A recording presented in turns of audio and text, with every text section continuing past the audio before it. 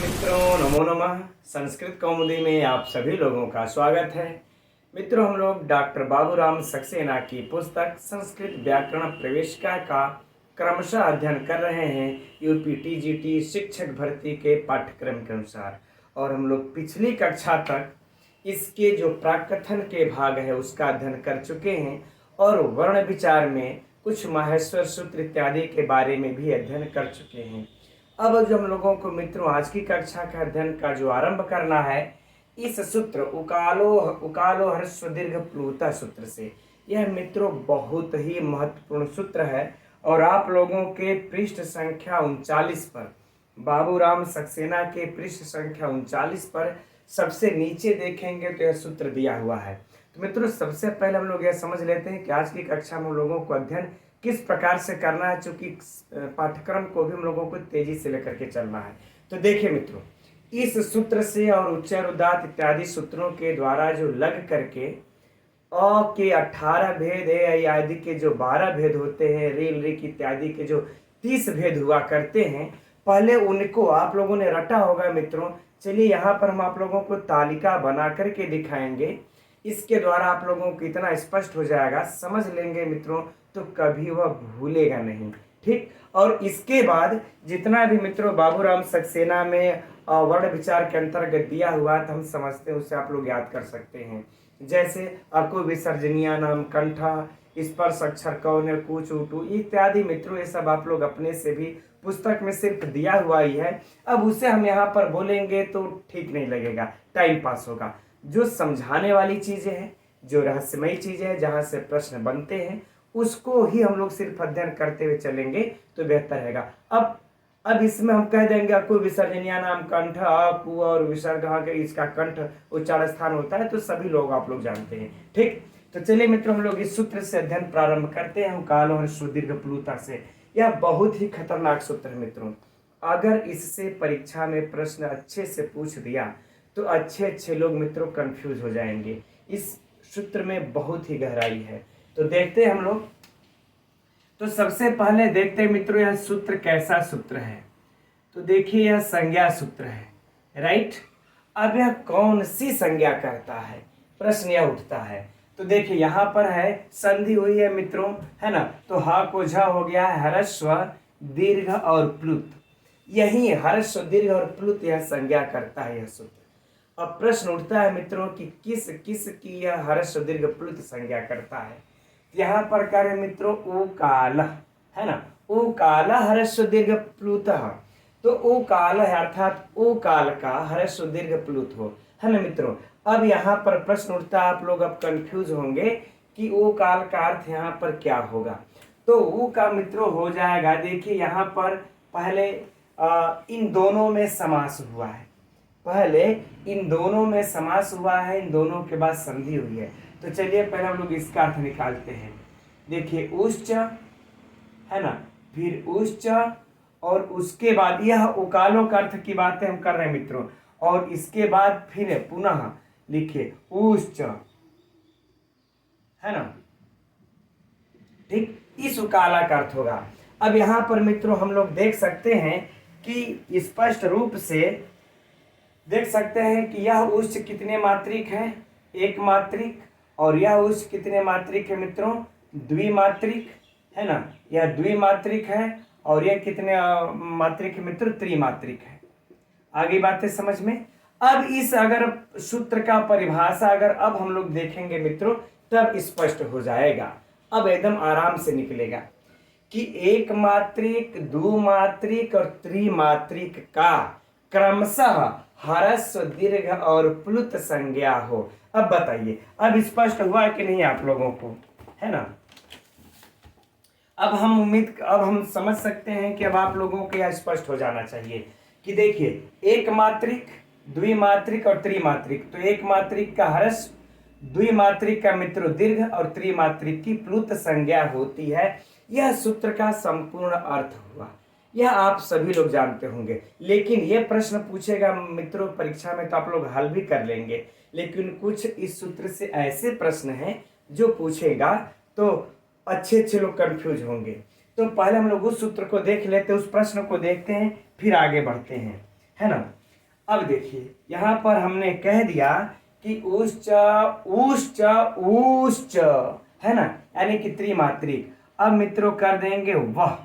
अब इसके बाद अब आता है मित्रों, यहां पर हो जाएगा पहले तो इतरेतर द्वंद्व, है ना।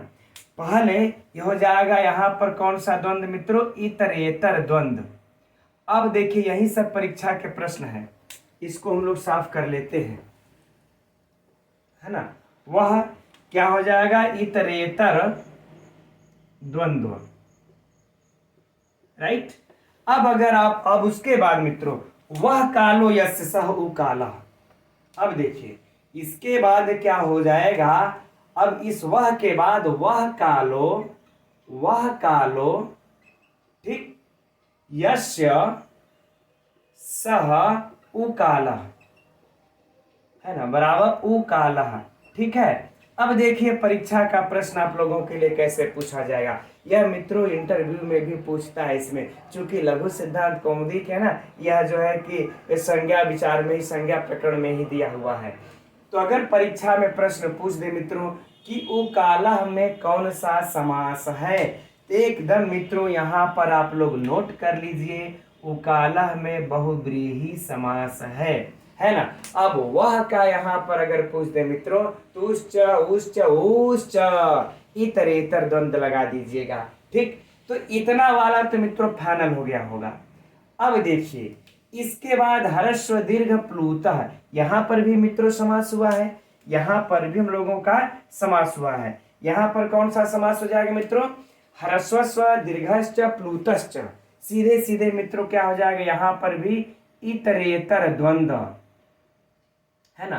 तो यह एकदम मित्रों नोट करते चलिए, ठीक है ना। यह तो आप लोगों के बाबूराम सक्सेना में भी दिया हुआ है कि ह्रस्व दीर्घ प्लुत की, ह्रस्व दीर्घ प्लुत संज्ञक होते एक मात्रिक, द्विमात्रिक, त्रिमात्रिक। लेकिन ये जो हम बता रहे मित्रों आप लोगों के बाबूराम सक्सेना में नहीं दिया होगा।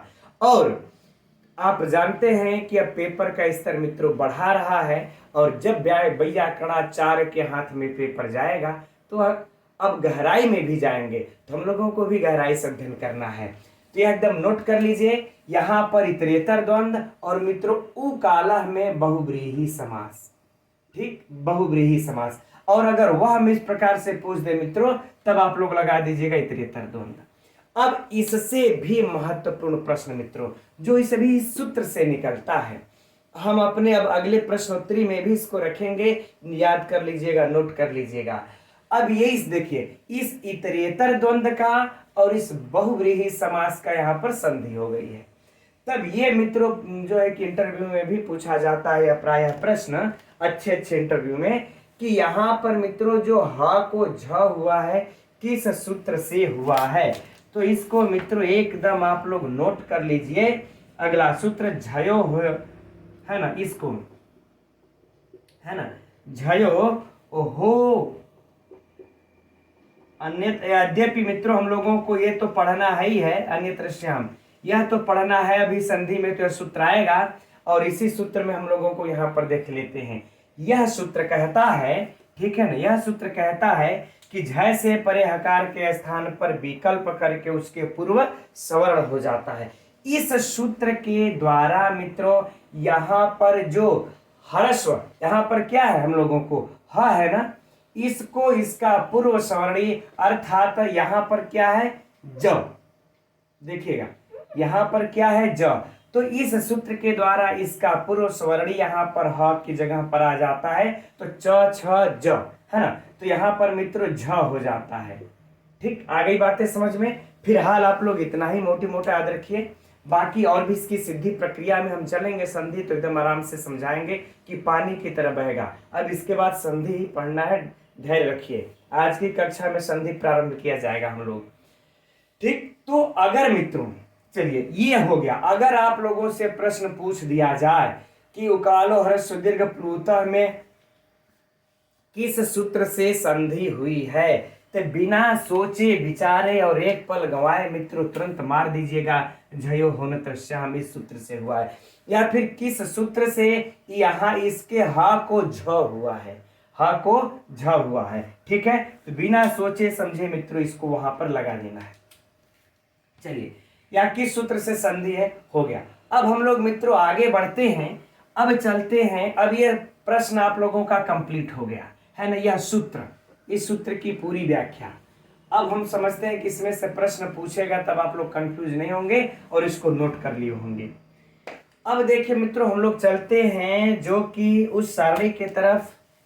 अब यह स्वर के इन्होंने 3 भेद बता दिए ना, स्वर की 3 संज्ञा अब कर देते हैं। तो देखिए हम अ से लेकर के मित्रों चलते हैं, सिर्फ हम यहाँ पर अ का ही बताएंगे अभी, है ना, कि कैसे 18 भेद इस अ के हो जाते हैं। तो देखिए मित्रों, यहाँ पर सीधे इन्होंने कह दिया कि 3 भेद हो गए। चलिए इन तीनों को हम लोग नोट कर लेते हैं मित्रों। ह्रस्व दीर्घ प्लुत, ये 3 संज्ञा हो गई, है ना। ह्रस्व दीर्घ और उसके बाद प्लुत। ठीक, यहां हम लोगों को स्वर के 3 भेद प्राप्त हो जाते हैं, यानी कि अ के, क्योंकि अ आ, अच्छा ह्रस्व क्या होगा, चलिए अभी लिखते चलेंगे आप लोगों को तो बिल्कुल आसानी रहेगी। अ दीर्घ क्या हो जाएगा मित्रों, आ, और प्लुत क्या हो जाएगा, आ। ठीक है ना, चलिए कोष्टक लगाने की कोई आवश्यकता नहीं। अब इसके बाद मित्रों जस्ट आप लोग बाबूराम सक्सेना की पुस्तक पलटेंगे तो पृष्ठ संख्या 40 पर वहां पर मित्रों लिखा हुआ है ना, उच्चय रुद्धात निचय रुद्धात समाहार स्वरितः। ठीक, दूसरे नंबर पर नीचे जो सूत्र दिया है वो तो नीचे ही सारे के सारे सूत्र हैं। तो अब यहाँ पर हम लोग मित्रों इसको क्या ये कर लेंगे, इसको अब पुनः, अब देखिए क्या कह रही है ना, कि उच्चय उदात यानी उदात अनुदात स्वरित, 3 सूत्र बता दिए ना, उच्चय उदात अनुदात, है ना, स्वरित, ये 3 यानी प्रत्येक के 3 भेद हो जाते हैं, प्रत्येक के 3 भेद हो जाते हैं। तो मित्रों हम लोग इसकी 3 भेद कर लेते हैं, ठीक है ना, 1 2 3, चलिए हो सकता है 9 भेद आ जाएंगे। 3 भेद में मित्रों अब देखिए अ, यहां पर मित्रों ह्रस्व, ह से आप लोग ह्रस्व समझ लीजिएगा, ह्रस्व क्या हो जाएगा, उदात्त। ठीक, फिर क्या हो जाएगा, ह्रस्व को अनुदात्त, ठीक समझ लेंगे आप लोग, और फिर ह्रस्व का मित्रों क्या हो जाएगा, स्वरित। आई बातें समझ में, ह्रस्व का ही स्वरित। अच्छा, हमको लग रहा है कहीं ना कहीं आप लोग इसको कंफ्यूज हो रहे होंगे, ठीक है ना। अब तो देखिए मैं थोड़ा सा सूत्र भी लिख देना चाहेंगे तो, ठीक है, चलिए सूत्र भी लिख दें।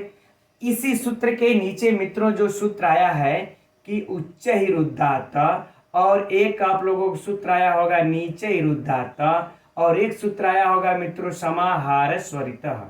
ठीक है, ये तीनों सूत्र आप लोगों के एकदम बिल्कुल लिखा हुआ है ना। तो ऊंचाई रुद्धात नीचे रुद्धात, ये तीनों सूत्र इस प्रत्येक के ह्रस्व के भी 3 भाग और दीर्घ के भी 3 भाग, प्लुत के भी 3 भाग कर देते हैं। यानी कि उदात्त अनुदात्त स्वरित ह्रस्व में भी हो जाएगा, उदात्त अनुदात्त स्वरित दीर्घ में भी हो जाएगा, और प्लुत में भी मित्रों उदात्त अनुदात्त स्वरित हो जाएगा। तो 3 3 6 3 9 भेद हो जाएंगे सिर्फ अ के ही, है ना। अब देखिए यहीं पर हम लोग इसको लिख भी लेते हैं। अब उदात्त का मित्रों कोई चिन्ह नहीं होता है ना। अनुदात्त का मित्रों चिन्ह होता है नीचे, है ना। अनुदात्त का चिन्ह इस प्रकार से हो जाएगा, और स्वरित का ये रहा चिन्ह, ऊपर खड़ी पाई लगा देते हैं, ठीक है ना। तो ये देखिए मित्रों 3 भेद हम लोगों के हो गए, राइट। अब इसी तरह से मित्रों इस दीर्घ वाले में भी, इसी तरह से इस दीर्घ वाले में भी हम लोगों को 3 भेद प्राप्त हो जाएंगे। क्या, उदात्त अनुदात्त स्वरित, ठीक है। तो जहां पर हम लोग मित्रों हर्ष उदात्त लिखे थे, अब यहां पर क्या लिख लेंगे, दीर्घ उदात्त, ठीक, और फिर यहां पर दीर्घ अनुदात्त, फिर मित्रों क्या हो जाएगा, दीर्घ स्वरित, ठीक, ये हो जाएंगे। अब इनका मित्रों सेम अब इसी तरह से लगा लीजिए, है ना। यानी कि दीर्घ उदात्त का कोई चिन्ह नहीं तो आ, अब दीर्घ अनुदात्त है, दीर्घ अनुदात्त का चिन्ह क्या हो जाएगा नीचे तो आ, और मित्रों ये प्लुत होना चाहिए ना, नहीं ह्रस्व ही, कोई बात नहीं। और इसके बाद मित्रों इसका स्वरित क्या लगा लेंगे हम लोग, इस तरह से ये स्वरित हो गया। तो जरा देखिए 1 2 3 4 5 6, अब इसी तरह से मित्रों हम लोग इसको, आप लोग मित्रों एकदम चार्ट खींच लीजिएगा। इसी तरह से हम लोग इसका क्या समझ लेंगे, यानी कि प्लुत में भी समझ लेंगे।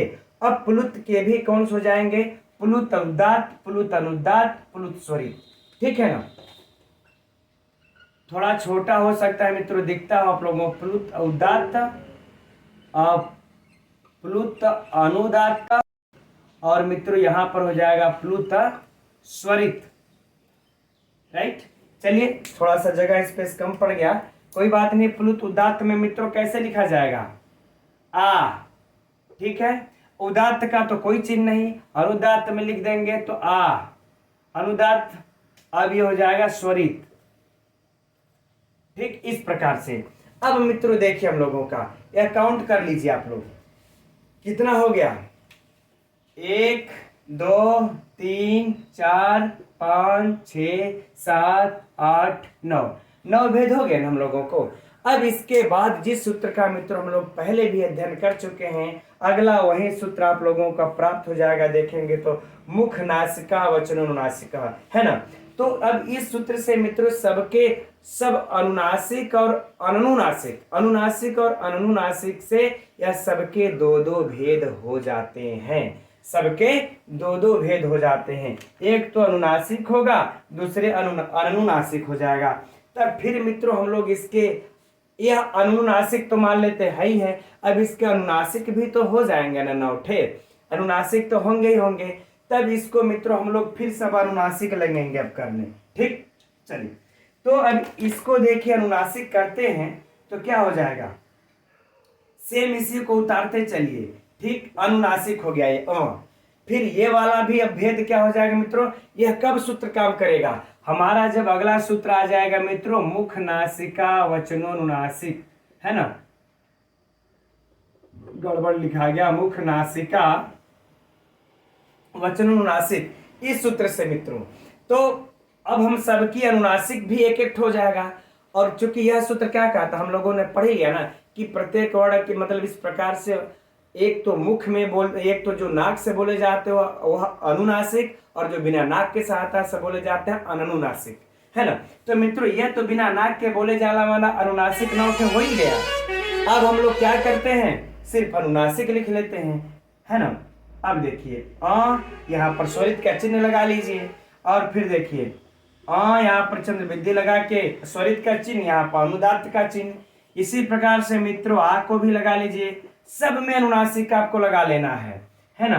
चूंकि अनुदात्त आ, स्वरित, फिर क्या हो जाएगा इधर आ, है ना, प्लुत में उदात्त, फिर आ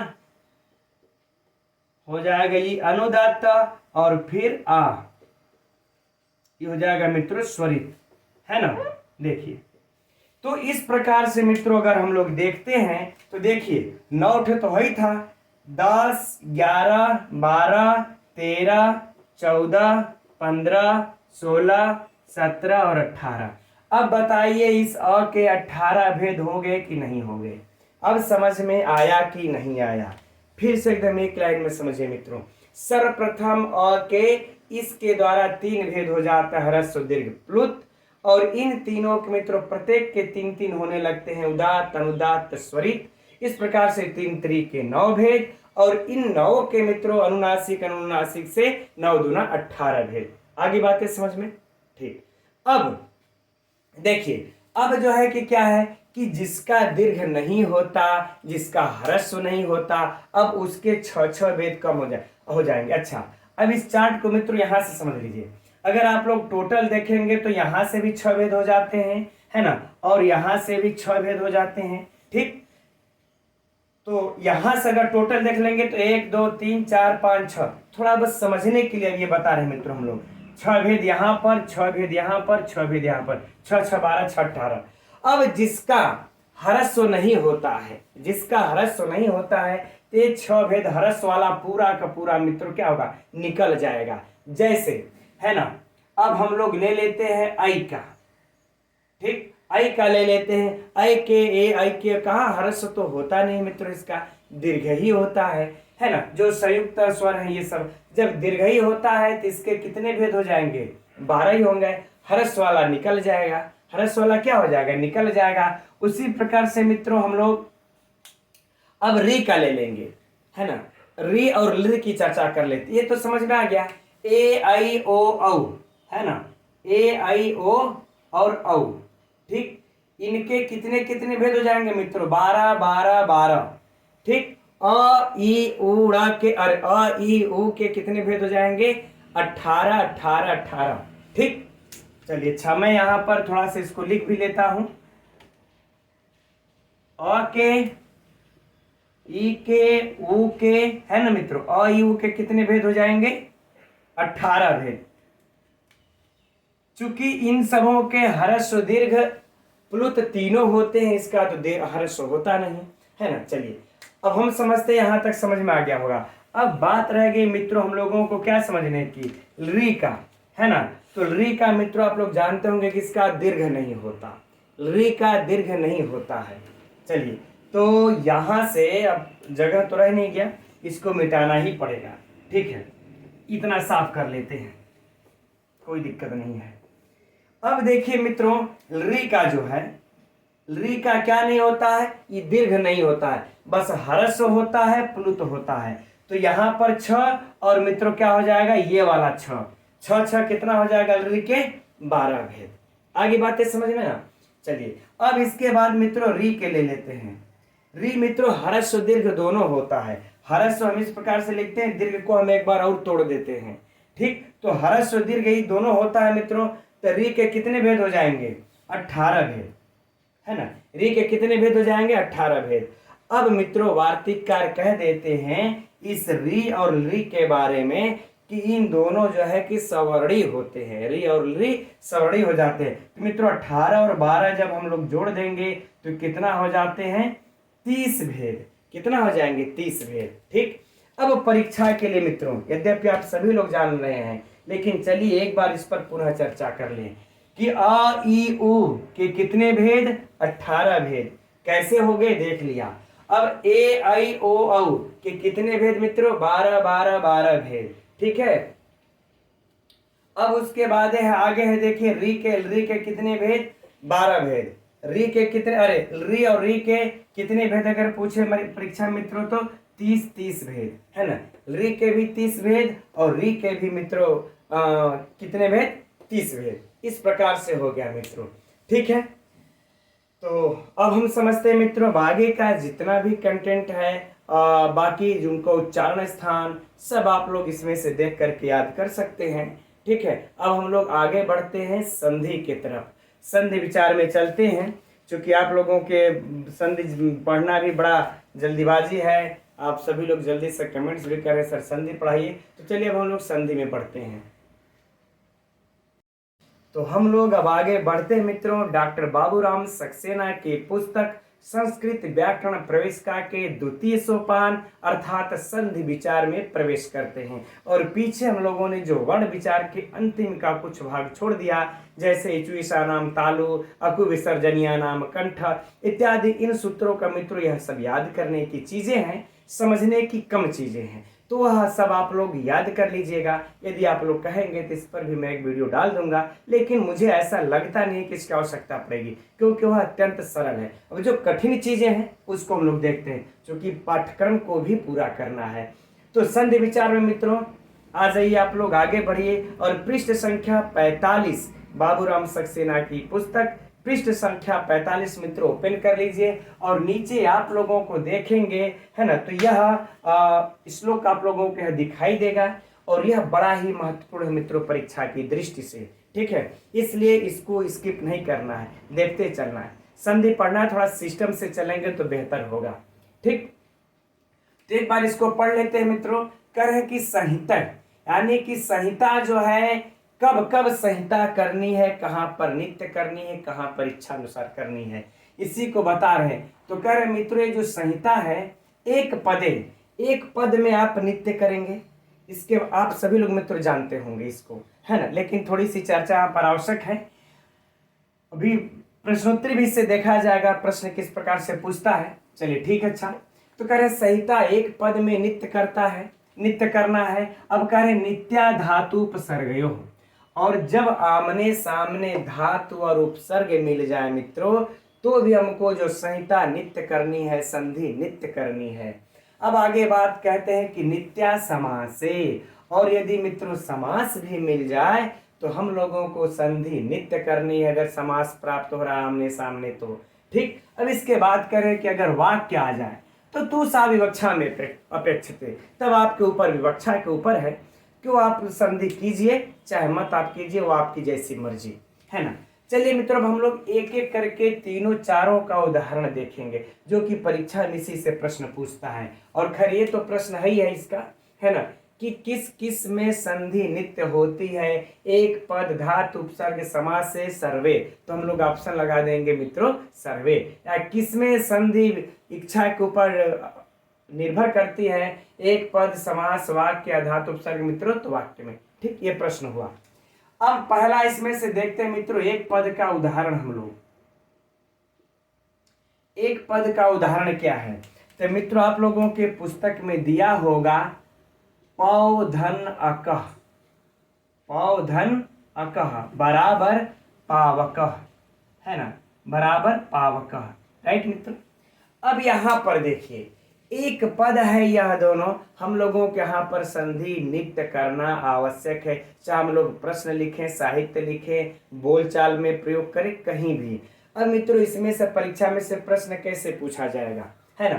तो मान लेते हैं पौधन अकह है कि इस पौधन अकह में, क्या है ना, पौधन अकह में किसके कारण नित्य संधि हुई है। पहले तो पूछेगा कि नित्य है कि विकल्प से विवक्षा पर है, तो नित्य लगा देंगे। अब अगर दूसरा प्रश्न पूछ दे कि किसके कारण नित्य संधि हुई है, एक पद के कारण, कि धातु उपसर्ग के कारण, कि समास के कारण, कि वाक्य के कारण, तो मित्रों एक पद के कारण इसमें नित्य संधि हुई है, राइट। चलिए अब प्रश्न, अब इसमें हम लोग दूसरे पर चलते हैं मित्रों, है ना, धातु उपसर्ग पर। इस धातु उपसर्ग को भी देखते हैं। धातु उपसर्ग में मित्रों आप लोगों के पुस्तक में उदाहरण दिया होगा निधन अवसत, है ना, निधन अवसत। निधन अवसत मित्रों बराबर क्या हो जाएगा, न्यवसत। अब बाकी की मित्रों सिद्धि के अनुसार हम लोग जब आएगी तो बाकायदे देखिएगा कि सिद्धि के अनुसार पढ़ाएंगे, संधि पानी की तरह बहेगी आप लोगों को, है ना। यहाँ पर तो देखिए मित्रों, यहाँ पर क्या है, यह धातु रही और यह रहा उपसर्ग, यह धातु रही और यह रहा उपसर्ग। इस कारण से मित्रों यहाँ पर नित्य संधि हुई। तो अगर परीक्षा में पूछ दे इसमें किसके कारण नित्य संधि हुई है, तो धातु और उपसर्ग के कारण है। इसी प्रकार से मित्रों आगे एक उदाहरण और दिया आप लोगों में, उसको भी देख लीजिएगा। उत धन अलोक्यत, है, उत धन अलोक्यत उदलोक्यत। आगे और भी इसका उदाहरण मित्रों प्राप्त किया जा सकता है।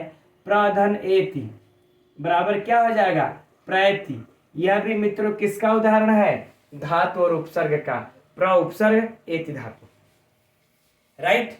अब मित्रों तीसरा हम लोग उदाहरण देख लेते हैं समास का, ठीक। समास का तीसरा उदाहरण आप लोगों के मित्रों दिया हुआ है कृष्ण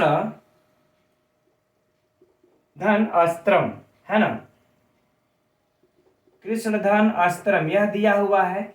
और मित्रों यहां पर संधि करके बना लेते हम लोग क्या, कृष्णास्त्रम, है ना, कृष्ण का, है ना, कृष्णास्त्रम। मित्रों यह समास है, यहां पर हम लोगों को संधि करना आवश्यक है।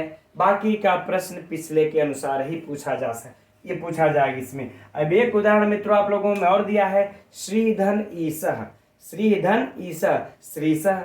और भी उदाहरण लेंगे मित्रों, तो जैसे एक और भी उदाहरण हो जाएंगे गजेंद्र, ठीक, जैसे हम लोग कह लें गजेंद्र, एक्स्ट्रा है, बाकी दो उदाहरण तो है ही पुस्तक में आपके, गजेंद्र, है ना। अब यहाँ पर मित्रों क्या हो जाएगा, गजानाम इंद्र, गजधन इंद्र, है ना, गजानाम इंद्र, यह हो जाएगा इसका विग्रह, ठीक। अब जब हम करेंगे तो क्या हो जाएगा, गजधन इंद्र, गजधन इंद्र, और ग और मिल के मित्रों क्या हो जाता है, गजेंद्र, ठीक। आगे बातें समझ में। तो ये भी मित्रों किसका उदाहरण है, समास का उदाहरण है। तो एक चीज मित्रों एकदम दिमाग में बैठा लेना है, कि एक पद में भी मित्रों चयः जयः इत्यादि भी बनते हैं। चलिए बहुत सारे उदाहरण कितना हम बताएंगे यहाँ पर, है ना, लेकिन हम लोगों को अपने से पकड़ लेना है कि एक पद का उदाहरण कौन है, धातु उपसर्ग का कौन है, और ये समास का उदाहरण कौन है, राइट। अब चौथा मित्रों हम लोग चलते हैं वाक्य में। ये तीनों तो हम लोगों ने जो पढ़ा मित्रों, यहाँ पर तीनों पर कौन सी संधि होगी, यहाँ पर एकदम नित्य संधि होगी इन तीनों में, है ना। कौन संधि है, नित्य संधि है। अब वाक्य में कैसे चलेगा, अब यहाँ पर मित्रों हम लोगों के विवक्षा के ऊपर डिपेंड करता है कि मन करेगा तो संधि करेंगे, नहीं मन करेगा तो नहीं करेंगे। आप उसको जबरदस्ती नहीं कर सकते, अर्थात अशुद्ध नहीं बता सकते। उदाहरण के रूप में मित्रों दिया हुआ है पुस्तक में, रामः गच्छति वनम, ठीक, यही दिया हुआ है ना, रामः गच्छति वनम, ठीक। अब मित्रों इसका हम लोग चाहेंगे तो हम इस तरह भी कर सकते हैं, मन करेगा तो, अब मन करेगा तो रामो गच्छति वनम भी हम संधि कर सकते हैं, रामो गच्छति वनम भी कर सकते हैं, हमें कोई रोक टोक नहीं है, ठीक। ये उदाहरण आप लोगों के बाबूराम सक्सेना ने दिया है। चलिए मैं आप लोगों के एक एक्स्ट्रा उदाहरण और भी हम बता देते हैं। जैसे कल ना अहम वेद्मि, है ना,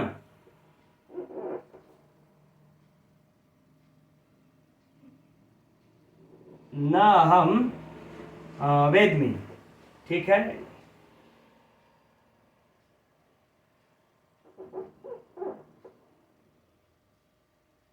यहाँ पर द बन नहीं रहा, चलिए हो गया, न अहम वेद्मि, है ना, इस प्रकार से। अब मित्रों हम चाहेंगे तो इस प्रकार से भी लिख लेंगे, और चाहेंगे तो यहाँ पर हम संधि करके हम क्या कर देंगे, ना हम, है ना, हम चाहेंगे तो इस प्रकार से भी कर सकते हैं, ना हम वेद्मि, है ना, इस प्रकार से भी आधा द रहेगा फिर म, ना हम वेद्मि, हम इस प्रकार से भी हम कर सकते हैं। तो ये हमारे ऊपर डिपेंड करता है कि हम संधि करेंगे या नहीं करेंगे। आप जबरदस्ती करके नहीं कर सकते, अर्थात इसको गलत नहीं दिखा सकते। तो मित्रों इसमें से प्रश्न समझ लीजिए कि परीक्षा में पूछना और पूछना तय है, ठीक है। सरल टॉपिक भी है, आप लोगों को याद भी कर लेना है। अब मित्रों इसमें से आप लोगों को आगे और भी कुछ है, भी संधि को प्रारंभ करने से पहले किन किन के बीच में स्वर हो रही है, किन किन के बीच में व्यंजन संध्या हो रही है, ये भी अभी देखना क्या लोप होता है, ठीक है, इसको जान लेते हैं पहले। अब हम लोग मित्रों आगे बढ़ते हैं और इन तीनों संधियों के स्वर संधि, व्यंजन संधि और विसर्ग संधि के कंडीशन के बारे में जानते हैं। अर्थात पूर्व और पर में क्या क्या कंडीशन होने पर स्वर संधि होती है, फिर पूर्व पद के अंत में और पर पद के प्रारंभ में आदि में किन कंडीशन को होने पर व्यंजन संधि होती है, उसी प्रकार से मित्रों किन कंडीशन को पूरा होने पर विसर्ग होती है।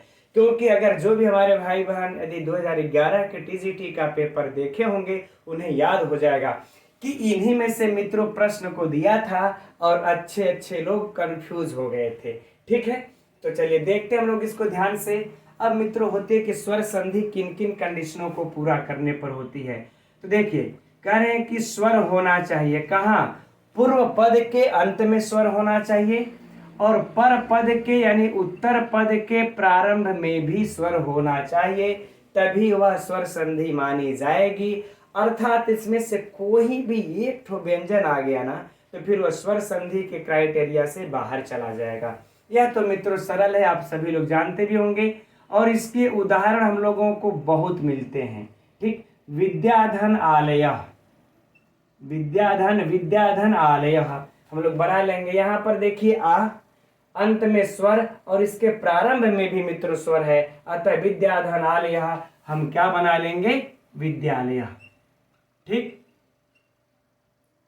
अब देखिए दूसरा है मित्र व्यंजन संधि। इसी से परीक्षा में प्रश्न पूछा था कि पूर्व में पर में क्या क्या होने पर व्यंजन संधि होती है। देखिए अब व्यंजन संधि मित्रों क्या होगा, एक तो कह रहे हैं कि अगर हम लोगों को पर स्वर पूर्व व्यंजन है ना, पूर्व में कह रहे यहाँ पर यदि व्यंजन हो, यहाँ पर व्यंजन हो और उसके बाद कह रहे इधर स्वर आ जाए तो भी मित्रों कौन सी संधि हो जाएगी, व्यंजन संधि। इसके बाद दूसरा कंडीशन बता देते हैं कि अगर दोनों तरफ व्यंजन हो जाए, दोनों तरफ अगर करें कि व्यंजन हो जाए तो भी कौन सी संधि हो जाएगी मित्रों? व्यंजन संधि। ठीक है, अब अगर हम लोग इसका अगर उदाहरण देखेंगे तो आप लोगों को स्पष्ट दिख जाएगा मित्रों इसका उदाहरण। ठीक है, इसका उदाहरण देखिए व्यंजन और स्वर का। अभी आप लोगों के पुस्तक में दिया मित्र उत धन अलोकयत, ये दिया है ना, उत धन अलोकयत। ठीक, अब यहाँ पर मित्र देखिए पूर्व में व्यंजन है और पर में क्या है? स्वर है। तो अगर पर में स्वर है मित्रों चलेगा, कोई समस्या नहीं है। इस कंडीशन में भी यह व्यंजन संधि ही कही जाएगी और बराबर मित्रों क्या हो जाएगा? उदलोकयत, उदलोकयत। अब बाकी यह सब कैसे हो रहा हो तो हम लोग बाद में देखेंगे जब पढ़ेंगे। अच्छा, अब व्यंजन व्यंजन का भी देख लेते हैं मित्रों हम लोग, है ना। तो व्यंजन व्यंजन का तो बहुत सारे हैं, इसके कोई समस्या नहीं होना चाहिए हम लोगों को। रामस धन चिनोती, रामस धन चिनोती। यहाँ पर अंत में देखिए व्यंजन है ना, यहाँ पर भी च में देखिए पहले आदि में व्यंजन ही आया है। तो मित्रों हम लोग बना लेते हैं, तो यहाँ पर कौन सी संधि हो जाएगी? व्यंजन, और बन जाएगा मित्रों रामस चिनोती। ठीक है, रामस चिनोती। ठीक, अब यही मित्रों पूछा था, लोग कंफ्यूज हो गए थे। अब बातें आती मित्रों विसर्ग संधि की। तो विसर्ग संधि कहता है कि बस पूर्व पद में क्या होना चाहिए मित्रों? विसर्ग होना चाहिए। पूर्व पद में विसर्ग होना चाहिए। अब पर के पद में चाहे स्वर हो और चाहे व्यंजन हो, चाहे स्वर हो चाहे व्यंजन हो, करें कोई फर्क ही नहीं पड़ता। चाहे स्वर चाहे व्यंजन, कोई फर्क ही नहीं पड़ता, वह विसर्ग संधि ही मानी जाएगी। जैसे मित्रों उदाहरण स्वरूप हम लोग देख लें तो हरिह धन शेते। ठीक है, हरिह धन शेते, इधर देखिए स्वर आया और इधर विसर्ग है और इधर। अच्छा, दोनों तरफ मित्रों विसर्ग की तो यहाँ पर बातें नहीं उठती। चल अच्छा, पहले इसको देख लेते। हरि धन शेते, इधर व्यंजन हम लोग बना लेंगे मित्रों क्या? हरि शेते। आ गई बातें समझ में? अच्छा, अब इसमें इधर तो विसर्ग होने का आदि में, अच्छा चूंकि आदि में स्वर और व्यंजन है, अब अगर आदि में तो मित्रों विसर्ग होने का कोई चांस ही नहीं बनता। इसलिए विसर्ग जब भी रहेगा एक तरफ और दूसरे तरफ स्वर हो चाहे व्यंजन, हम विसर्ग संधि लगा देंगे। तो मित्रों ये टर्म्स एंड कंडीशन से भी यह प्रश्न परीक्षा में पूछ चुका है, ये भी हम लोगों को याद कर लेनी है। अब मित्रों हम लोग चलते हैं स्वर संधि की तरफ बढ़ते हैं और पहला सूत्र पढ़ते हैं। पृष्ठ संख्या 46 ओपन कर लीजिए। अकह सवर्णे दीर्घ, एकदम भगा करके चलेंगे यहां से। तो स्वर संधि में मित्रों पहला ही सूत्र है अकह सवर्णे दीर्घ, जो आप लोगों की पुस्तक में पृष्ठ संख्या 46 पे सबसे नीचे पहला सूत्र लिखा हुआ है। और हाँ मित्रों, इस सूत्र को आप लोग बिल्कुल हल्के या सरल में मत लीजिएगा, है ना, कि हम लोग छोड़ो यार बचपन से ही पढ़ते आ रहे हैं, पुस्तक धनालय पुस्तकालय विद्याधनालय विद्यालय, ये तो ऐसे ही हल कर लेंगे, परीक्षा में आएगा तो इसको क्या पढ़ना, ऐसी बातें नहीं है मित्रों। मैं आप लोगों के सूत्र में ऐसे बहुत सारे डीपली प्रश्न बताएंगे कि जो कि अब परीक्षा में पूछे जाने की संभावना बहुत ज़्यादा है और अब अच्छे लोग उसमें कंफ्यूज हो जाएंगे। क्योंकि मित्रों जमाना गया जब पूछता था पुस्तक धनालय में कौन सी संधि है, किस सूत्र से हुई है, इसलिए ध्यान से ही देखते रहिएगा इसको। ठीक, तो सबसे पहले हम लोग मित्रों देखते हैं कि यह सूत्र कैसा है सूत्र है। तो मित्रों यह विधि सूत्र है ना, यह कैसा सूत्र है? विधि सूत्र है, विधान करता है। ठीक, यह विधान करता है, किसका विधान करता है? तो दीर्घ का विधान करता है। किस कंडीशन में करता है मित्रों? तो देखते हैं, कह रहे हैं कि अकह सवर्णे दीर्घ, है ना मित्रों। अकह में हो सकता है आप लोगों से परीक्षा में या भी पूछ दे मित्रों अकह में कौन सी विभक्ति है, तो नोट कर लीजिएगा पंचमी एकवचन। सवर्णे में कौन सी विभक्ति है? सप्तमी एकवचन। दीर्घा में कौन सी विभक्ति है? प्रथमा एकवचन। आगे बातें समझ में, ये विभक्ति हो गई। और बाकी मित्रों सूत्रों की अगर व्याख्या लगेंगे हम करने कि पंचमी के परे सप्तमी इत्यादि होता है क्या, इसके पहले भी हमने लघु सिद्धांत कौमुदी के अनुसार हमने संधि पढ़ाया है। अगर आप लोग ज्यादा अंदर जाएंगे तो वहां से संधि प्लेलिस्ट में पढ़िए, देख सकते हैं। फिलहाल हम लोग टीजीटी के हिसाब से कम लायक चलते हैं। कह रहे हैं कि अक, अक के परे, अक है ना, कह रहे हैं कि अकह अर्थात कह रहे हैं अक प्रत्याहार, ठीक, अक प्रत्याहार के परे, इधर अक ले लेते हैं, अक प्रत्याहार के परे कह रहे हैं कि सवर्णे। अब मित्रों यहां पर हम लोग कुछ अनुवृत्ति भी ले लेते हैं। अनुवृत्ति में जैसे किसकी अनुवृत्ति ले लेंगे, अच की अनुवृत्ति ले लेंगे, है ना, पूर्व परयोह की अनुवृत्ति ले लेंगे, ठीक, पूर्व परयोह एकह की अनुवृत्ति ले लेंगे, अच की अनुवृत्ति मित्रों युकोय अच से ले लेंगे, है ना। तब इसका हम लोग सटीक अर्थ अब निकाल लेंगे। सटीक अर्थ क्या निकल जाएगा कि अक प्रत्याहार के परे कोई अच सवर्ण, यानी कोई भी सवर्ण अच होने पर, सवर्ण अच होने पर, अब कहते हैं कि पूर्व और पर के स्थान पर एक हो जाए, यानी कि इस पूर्व के स्थान पर और इस पर के स्थान पर मित्रों कोई एक हो जाएगा। ऐसा नहीं कि इसके स्थान पर आदेश होगा कि इसके स्थान पर आदेश होगा, ये वाला सिस्टम दीर्घ में नहीं चलेगा। पूर्व और पर दोनों के स्थान पर एक आदेश करता है। यह भी मित्रों परीक्षा में पूछा जा सकता है कि अका सवर्णे दीर्घ पूर्व और पर दोनों के स्थान पर एक आदेश करता है कि सिर्फ पूर्व के स्थान पर एक आदेश करता है कि पर के स्थान पर एक आदेश करता है। तो मित्रों पूर्व और पर दोनों के स्थान पर एक आदेश करता है, ठीक। चलिए अब मित्रों इसके लिए जो उदाहरण दिया हुआ हम लोग अपनी ही पुस्तक से लेते हैं, दैत्य धन अरि, है ना, दैत्य धन अरि। चलिए इसमें थोड़ी सी सिद्धि हम बताएंगे मित्रों और प्रश्न को निकालेंगे, फिर आप लोग उत्तर दीजिएगा। दैत्य धन अरि, ठीक, ये रहा अब हम लोग मित्रों यहां पर अब देखिए अक में कौन कौन से वर्ण आ जाते हैं प्रत्याहार में, अ ई उ री री, है ना, अ ई उ री री।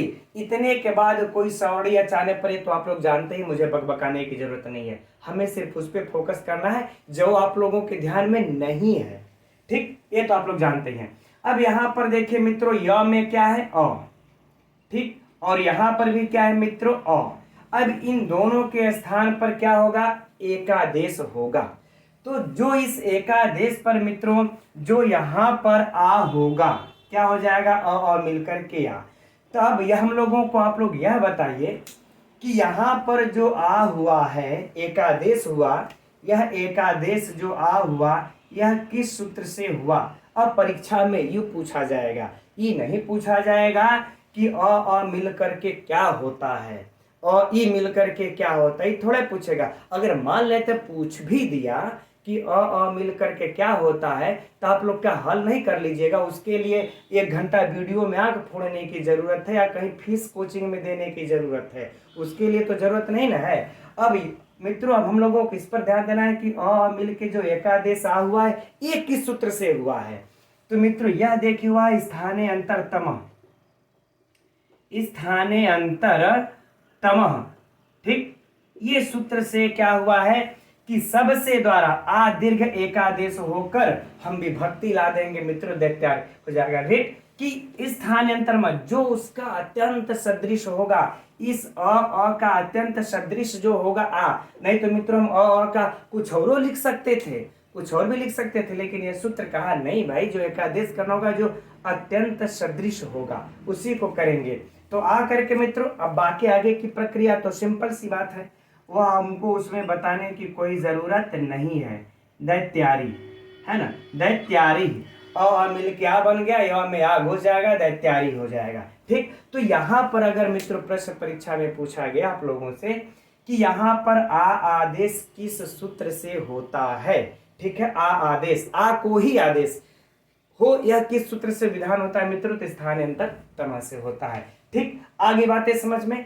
अब बाकी मित्रों ऐसे ही सभी की सभी सिद्धियां हैं, उसको आप लोग देख सकते हैं, ठीक है। अब हर उदाहरण बताने की आवश्यकता नहीं है, पुस्तक में दिया हुआ उसको पढ़ लीजिए और स्वयं भी हल कर लीजिए।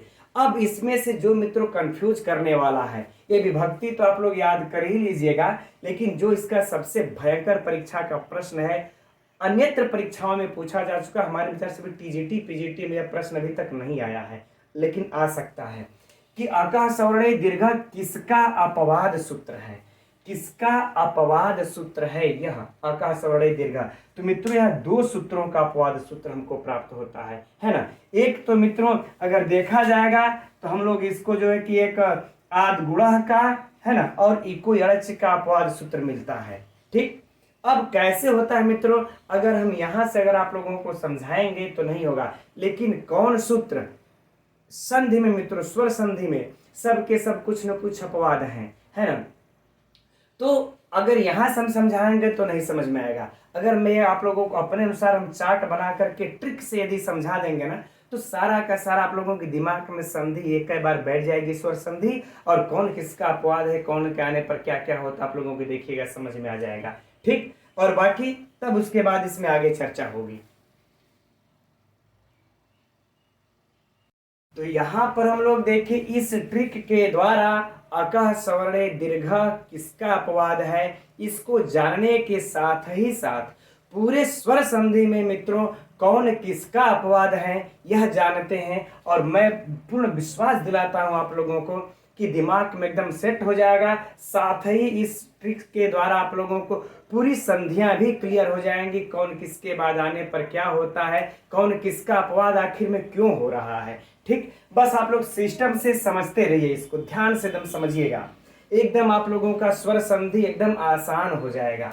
देखिए मित्रों, एक तरफ इधर मैंने क्या किया है, पूरे के पूरे स्वर को लिख लिया है ना, अ ई उ री री ए ऐ ओ औ, यही है ना 9, 1 2 3 4 5 6 7 8 9, एक तरफ ये लिख लिया। और इधर है कि कोई भी अचा जाए, इन अ ई उ री के बाद इधर मित्रों कोई भी अचा जाए। ठीक, और इसके बाद इधर मैंने सिर्फ किसको लिखा है, अ या आ को ही लिखा है, और उसके बाद स्वर को हमने इस प्रकार से लिख लिए हैं। कभी भी मित्रों आप लोगों को संधि अगर स्वर संधि भूल भी जाएगी ना कि यार इसके बाद ये आता है तो कौन सी संधि होती है, बस इस तरह से आप लोग एक बार लिख लीजिएगा, सब क्लियर हो जाएगा, है ना। परीक्षा में भी अगर भूल गया तो ठीक, एक तरफ अ ई लिखिए, फिर स्वर लिख लीजिए, एक तरफ अ आ अ या चाहेंगे तो हम लोग अ भी लिख सकते हैं। इसके बाद पूरे अ ई उ फिर यहाँ पर शुरू से क्रम से लिख लेते हैं, अ ई उ री री ए ऐ ओ औ। ठीक, अब देखिए, अब हम लोग चलते हैं मित्रों यहाँ पर, पहले इस यहाँ पर कि इको यड़च सूत्र पर चलते हैं। अब समझिएगा यहीं से आप लोग, है ना, इको यड़च इस सूत्र पर चलते हैं। यह सूत्र हमारा क्या कहता है, कहता है कि इक के बाद कोई भी स्वर हो, कोई भी अच आ जाए अर्थात स्वर आ जाए तो कौन सी संधि हो जाती है मित्रों, यण संधि हो जाती है। तो हम इक प्रत्याहार में देखेंगे मित्रों तो अ ई उ री री यहां तक आ जाता है, अर्थात हम देख ले तो यहां तक हमारा यह यण संधि लेकर के फुर्र हो गया। ठीक, और यह मित्रों एक चीज यो भी याद रखिए कि इको यड़च जो है यह उत्सर्ग सूत्र है, और अपवाद सूत्र, उत्सर्ग सूत्र किसको कहते हैं, जिसका कि कार्य क्षेत्र बहुत बड़ा होता है, और अपवाद सूत्र किसको कहते हैं, जिसका कार्य क्षेत्र छोटा होता है। तो युको यड़च तो इतना लेकर के फुर हो गया कि अ यु री री के बाद कोई भी अच आ जाए मित्रों तो हम यण संधि करेंगे। राइट, अब देखिए, अब इसके बाद मित्रों जो यहां तक का शेष बच जाता है दूसरा भाग में ए ऐ ओ औ वाला क्रम, तो यहां तक तो तब ये सूत्र आ जाता है कौन सा, एचो यवायावह, है ना, एचो यवायावह सूत्र आ जाता है। और ये कह देता है कि एच के बाद अर्थात ए ऐ ओ औ के बाद कोई भी स्वर आ जाता है। ठीक, बिल्कुल लिख लीजिए मित्रों, एच के बाद कोई भी यदि स्वर आ जाता है तो कौन सी संधि हो जाएगी मित्रों, अयादि संधि। ठीक, अयादि संधि हो जाएगी। राइट, अब ये दोनों लेकर के एक किनारे हो गए। एक बार एक तरफ हमने स्वर को बांटा, दूसरे तरफ किसी भी स्वर को रखा, तो ये दो संधि वाले यण और अयादि लेकर के मित्रों अपना हिस्सा आधा आधा बांट करके रफू चक्कर हो गए। अब उसके बाद अब तो समझ लीजिए दो सूत्र हो गए, उत्सर्ग सूत्र विस्तृत। अब इसके बाद जो भी आएंगे मित्रों इनमें से अपवाद ही निकलेंगे। ठीक है, अब अपवाद कैसे निकलेंगे देखिए, इसके बाद कह देते हैं ये आदगुणा आता है, आदगुणा आता है तो कहता है कि अ या आ के बाद कोई भी स्वर आए, आदगुणा को पढ़िएगा कि अ या आ के बाद, है ना, एकदम मित्रों आप लोगों के समझ में आएगा, बस थोड़ा सा धैर्य रखिए। ये रहा कि अ या आ के बाद कोई भी यदि स्वर आ जाता है तो गुण संधि हो जाती है। ठीक, यह कौन कहता है? आद गुणा कहता है, आद गुणा कहता है मित्रों। ठीक है, फिर से समझिए, देख लीजिए यहाँ पर अ या आ के बाद कोई भी स्वर, कोई भी स्वर का मतलब मित्रों अ ई उ री री ए आई ओ उसे में से एक तरफ अ या आ को रखिए, एक तरफ इन सबों में से किसी स्वर को रखिए। कौन सी संधि हो जाएगी मित्रों? गुण संधि। ठीक, अब जरा ध्यान अब दीजिएगा कि अब अपवाद यहाँ पर निकल के आ रहा है कि नहीं आ रहा है। इसका अपवाद यण संधि का, कि एक तरफ तो यहाँ पर महर्षि पाणिनि कहते हैं कि इक के बाद कोई भी स्वर यदि आ जाता है, इक के बाद कोई भी स्वर आ जाता है तो भाई यण संधि होती है। एक तरफ यहाँ पर कह दी अ या आ के बाद अगर कोई स्वर आ गया तो गुण संधि हो जाती है। तो मित्रों यहाँ पर देखिए, अ या आ के बाद यदि उ आएगा, ई आएगा, तब क्या होगा? यानी कि ये वाला सूत्र अब काम नहीं करेगा, है ना। तो यहाँ पर कहाँ पर? अच्छा, ये यहाँ पर तो नहीं, लेकिन एक प्रत्याहार में मित्रों समझिएगा, बस अ के संदर्भ में थोड़ा सा यहाँ पर और दिमाग लगाइएगा आप लोग। अ यहाँ पर ई उरी को छोड़ देते हैं हम लोग, सिर्फ यहीं पर ले लेते हैं कि देखिए अ या आ के बाद, यहां से प्रारंभ करते हैं कि अ या आ के बाद देखिए इधर अ आ गया और इधर कोई भी स्वर था, तो ये कंडीशन होने पर यण संधि न हो रही थी। लेकिन यहाँ पर देखिए अ या आ के आने पर यदि इसमें से कोई भी स्वर आ जा रहा है तो गुण हो जा रही है। तो बताइए अपवाद हुआ कि नहीं, है ना। तो गुण संधि किसका अपवाद हो गया? यण संधि का अपवाद। अब यहाँ पर मित्रों हम एक चेन खींच देते हैं, इसको समझ लीजिएगा। तो यण संधि का अपवाद कौन हो गया मित्रों? गुण संधि। आ गई बातें समझ में? ठीक, अब देखिए, अब इस गुण संधि का भी अपवाद निकल पड़ा। इस गुण संधि का भी अपवाद मित्रों आ गया एक ठो। कौन? अभी जो हम लोगों ने अकासवर्णीय दीर्घ पढ़ा, अगर मैं सीधे सीधे कह देता कि गुण का अपवाद है तो आप लोग शायद कहते, भ्रमित होते। अब देखिए कैसे गुण का अपवाद यह वृद्धि संधि हो रही है। क्यों? क्योंकि देखिए वृद्धि संधि कहती है बीच में घुस जाती है। वृद्धि संधि है ना 6:1:101 पर आती है अष्टाध्यायी में। वो कहती है कि अ या आ के बाद यदि अ या आ जाता है तो हम दीर्घ कर देते हैं। हम क्या कर देते हैं मित्रों? दीर्घ कर देते हैं। और जबकि आद गुणा पहले ही कह चुका है कि अ या आ के बाद कोई भी स्वर आता है तो गुण होगा, लेकिन यहाँ पर दीर्घ संधि कहा नहीं भाई, हमको समान स्वर वाले में छोड़ दीजिए, वहां पे हमारी चलने दीजिए। ठीक, आप बाकी सब में ये चलाइए, हमको उससे लेना देना नहीं है। ठीक है ना। तो अ या आ के बाद यदि अ या आता है तो हम दीर्घ कर देंगे। तो मित्रों इस गुण का अपवाद क्या हो जाएगा? दीर्घ। आगे बातें समझ में कि नहीं आई? अब इस यण का अपवाद गुण का अपवाद दीर्घ हो गया। अब यहाँ पर तो यहां तक अगर मित्रों हम लोग बांट लेंगे, ये यहां पर तो कौन सी संधि हो जा रही है हम लोगों को? दीर्घ संधि। ठीक, और अब देखिए यहां तक हो गई दीर्घ संधि, अर्थात जो आद गुणा का यहां से बल्कि हम लोग इसको आद गुणा को हटा ही लेते हैं। ठीक, तब समझ में आएगा। अब देखिए यहां पर हो जाती है दीर्घ संधि। अब आद गुणा का जो वर्चस्व यहां से लेकर के यहां था, अब घसक करके यहां पर आ गया। अब खिसक करके आद गुणा कहां आ गया? यहां पर आ गया। अब खिसक करके आद गुणा जब यहां पर आ गया तो उसके बाद भी इस आद गुणा का पीछा नहीं छूटता है। उसके बाद आ जाता है वृद्धि संधि। कौन सी संधि मित्रों? वृद्धि संधि। ठीक है, वृद्धि रेची यह सूत्र आकर के कह देता है कि भाई देखिए यदि अ या आ के बाद यदि एच प्रत्याहार का कोई भी वर्ण आता है तो हम क्या कर देंगे? वृद्धि कर देंगे। यानी अ या आ से यहां से लेकर के यहां तक वाला पोर्शन, यहां से लेकर के यहां तक वाला पोर्शन कौन लेकर के उड़ गया मित्रों? ये वृद्धि संधि लेकर के चला गया। तो अब जो आद गुणा का अपवाद वृद्धि भी हो गया, आद गुणा का अपवाद वृद्धि भी हो गया, क्योंकि आद गुणा भी मित्रों कैसा सूत्र है? यह उत्सर्ग सूत्र है। यह कैसा सूत्र है? उत्सर्ग सूत्र है। यह विस्तृत एक पाणिनि का मित्रों नियम रहा है। पहले कोई भी बातें एक बार में बोल देते हैं, है ना।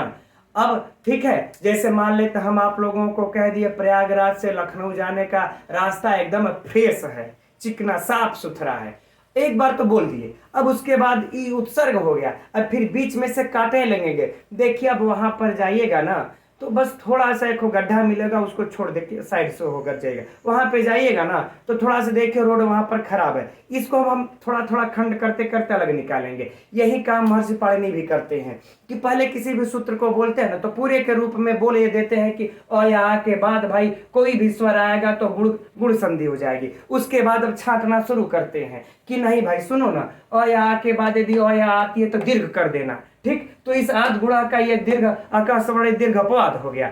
फिर आगे कहते हैं भाई अब नहीं अ या आ के बाद ए आई ओ आता है तो यहाँ पर वृद्धि कर देना। तो ये इतना छट करके निकाल दिए। तो इस आद गुणा के हिस्से में मित्रों टोटल बचा कितना, इस आद गुणा के हिस्से में बस अब इतना आया, अर्थात अ या आ के बाद ई उ री आता है तो क्या हो जाता है मित्रों, गुण संधि हो जाती है। अब आ गई बातें समझ में ना, ठीक। तो हम उम्मीद करते हैं मित्रों अब ये चीजें आप लोगों को एकदम समझ में आ गई होगी, ठीक। नहीं तो भी फिर से सुनिए, थोड़ा सा इसको रिवीजन करते हैं। अब मित्रों यहाँ पर हम लोगों को परीक्षा में हालांकि अभी अवान्तर और भी अपवाद हैं, लेकिन पहले इतना ही कि सबसे पहले देखिए यण जो है उत्सर्ग सूत्र है, एक बार में सीधा सीधा बोल दिए कि एक के बाद कोई भी स्वर आता है तो यण कर देना, ठीक। तो यह यण संधि हो गया। अब इस तो एक मिनट यहीं पर पहले खाका भी खींच ले। तो यण का अपवाद हो गया गुण, गुण का अपवाद दीर्घ, और इसी गुण का अपवाद मित्रों यहीं वृद्धि भी है, इसको नोट कर लीजिएगा। इसी गुण का अपवाद यह वृद्धि भी है, राइट। चलिए तो यह गुण का दोनों अपवाद नोट कर लिया होगा आप लोगों ने। लेकिन यह अकह सवर्णे दीर्घ वाला जो है एक चीज का भी और अपवाद है, उसको तो बताना भी हम भूल रहे हैं। यह अकह सवर्णे दीर्घ, देखिए यह अकह सवर्णे दीर्घ गुण का तो अपवाद है ही है इस गुण का, लेकिन इस यण का भी अपवाद है, इसको हटा लेते हैं, ठीक। इस यण का भी अपवाद है कौन, दीर्घ संधि, इसको भी नोट कर लीजिएगा। इस यण का भी अपवाद है, कैसे, अब इस यण का अपवाद कैसे हो रहा है ये देखिए, दीर्घ। यहां तो कह दिए थे ना कि इक के बाद कोई भी स्वर आएगा तो कौन सी संधि हो जाएगी मित्रों, यण संधि हो जाएगी, इन्होंने कहा था। लेकिन अब छाटने लगते हैं इस दीर्घ आकाश सवर्णे दीर्घ, इस दीर्घ संधि के द्वारा कि भाई यदि ई के बाद, जरा समझिएगा ध्यान से, ई के बाद अगर मित्रों यहां पर है अगर ई आएगा तो कौन सी संधि हो जाएगी, दीर्घ संधि होगी ना। और जबकि हमको हमारा ई को यणच कहता है कि ई के बाद अगर कोई भी अच आए तो यहाँ पर यण संधि होना चाहिए, कहता है ना कि ई के बाद यदि कोई भी अच आ जाए तो यण संधि होना चाहिए। और जबकि अका सवर्णे दीर्घ कह दिया कि भाई अगर ई के बाद सवर्णी ई आ गया तो हम दीर्घ करेंगे। तो मित्रों यण संधि का अपवाद दीर्घ हुआ कि नहीं हुआ, हो गया ना एकदम आराम से। तो दीर्घ संधि मित्रों अर्थात अकह सवर्णे दीर्घ, यह सूत्र दो सूत्रों का अपवाद है। एक तो इस गुण का यानी कि आद गुणः का अपवाद है, एक तो आद गुणः का अपवाद है, और एक इस यण का अर्थात इको यणच का अपवाद है। आद गुणः का अपवाद किस कारण से हो जाता है, इस अ या अ के बाद आने पर यह अपवाद हो जाता है ना। और बाकी जब तीन लेंगे ई उ रील री, इन तीनों के इन चारों के मैटर में यह मित्रों जो है कि यण संधि का अपवाद हो जाता है दीर्घ, ठीक। थोड़ा सा हौच पौच आप लोगों को लगा होगा मित्रों, लेकिन अगर एक बार में नहीं आप लोगों के समझ में आया होगा तो वीडियो मित्रों पड़ी रहेगी, पुनः इसको दोबारा देख लीजिएगा आप लोग, ठीक है ना। एक दो बार और देख लेंगे एकदम समझ में आ जाएगा मित्रों, और एकदम आप लोगों की संधि एकदम समझ में आ जाएगी। कभी भी आप लोग भूल जाइएगा, एक तरफ अ ई उ री लिखिए, एक तरफ इधर स्वर लिखिए, यहां से छाड़ दीजिए यण संधि निकाल दीजिए, यहां से छाड़ दीजिए अयादि संधि निकाल दीजिए, फिर एक तरफ अ या अ लिख करके दूसरे तरफ फिर से आप लोग इसके तरह अ ई उ री लिख लीजिए, इतना छांट करके गुण निकाल दीजिए, इतना छांट करके वृद्धि निकाल दीजिए, ऊपर का तो अ दीर्घ ही है। अब बताइए आप लोगों को कभी अब भूल सकता है क्या कि नहीं, ये सब ये ट्रिक मित्रों खुद ही मैंने सोचा है ना, काफी अध्ययन करने के बाद निकाला। अगर आप लोग अगर समझ गए होंगे तो हम समझेंगे कि मेरा ये मेहनत सार्थक हो जाएगा, ठीक है मित्रों। अब देखिए आगे तो अब है सूत्र इसमें रीति सवड़े रीवा रीति सवड़े लीवा, इसमें कुछ मिस प्रिंटिंग भी है। अब लेकिन मित्रों उसको हम लोग समझेंगे कल, आज काफी समय हो गया। कल की कक्षा में अब हम लोग देखेंगे संधि को। और मित्रों ऐसा नहीं है कि मैं सिर्फ वही घिसा पिटा पढ़ाऊंगा, मैं जरूर आप लोगों को कुछ न कुछ नया क्वेश्चन, नया प्रश्न, नए तरीके से इसको बताने की कोशिश करता रहूंगा। ठीक है मित्रों, तो कल फिर मिलेंगे ठीक इसी समय 11 बजे अब अगले इस वार्तिक के साथ। तब तक के लिए मित्रों नमो नमः।